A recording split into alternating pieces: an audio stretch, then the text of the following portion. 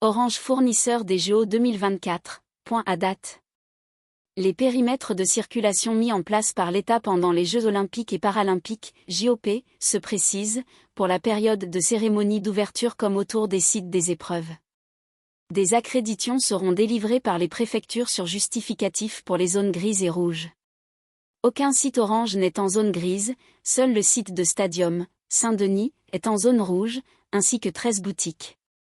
4 sites techniques, sans salariés Orange, se trouvent en zone bleue, Anjou, Passy, Paris-Pierre-Charon et Murat. Pendant cette période olympique, en dehors de 679 salariés volontaires de la team dédiée, 2023 à 24, aux côtés d'Orange Events, de fortes restrictions sur les déplacements professionnels sont imposées et détaillées dans Oneo, en raison des tarifs hôteliers qui ont été multipliés par 4. Le télétravail, l'accueil sur des espaces temporaires et la prise de congés sont recommandés entre juillet et septembre.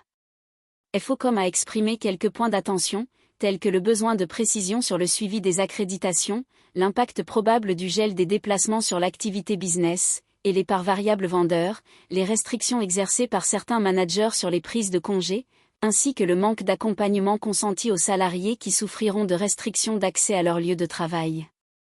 Nous avons également demandé des précisions sur les espaces de corpo-working mis en place, d'autant plus nécessaire que l'annonce a été faite de fermeture temporaire des sites de Grand Stade, Lille et Bridge, le 24 juillet.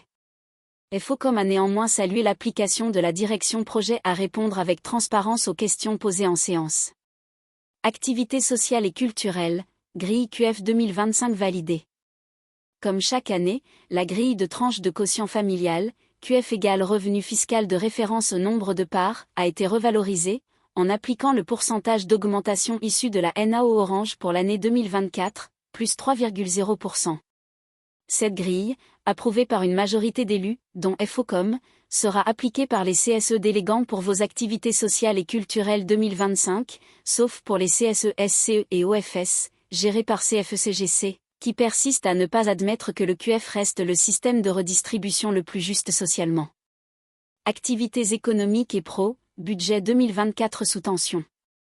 Avec un budget prévisionnel des activités sociales et culturelles, ASC, 2023 pourtant voté en déficit avec utilisation potentielle de 2,1 millions d'euros de réserve, le SEC n'a réalisé que 89% de ce budget pour les actifs, 111% pour les retraités. Au final, le résultat est excédentaire de plus 353 K €, principalement en raison d'une demande moins élevée que prévue pour les prestations enfants.